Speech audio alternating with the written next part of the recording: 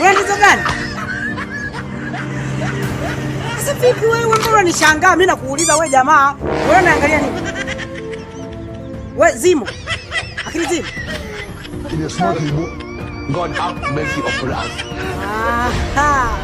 Kumbe wewe pacha, nilikuwa sijakuona bana. Pacha njoo. Yaani sasa wewe mbona unikimbia sasa? Kwa jamaa wengine unakuta hazimo.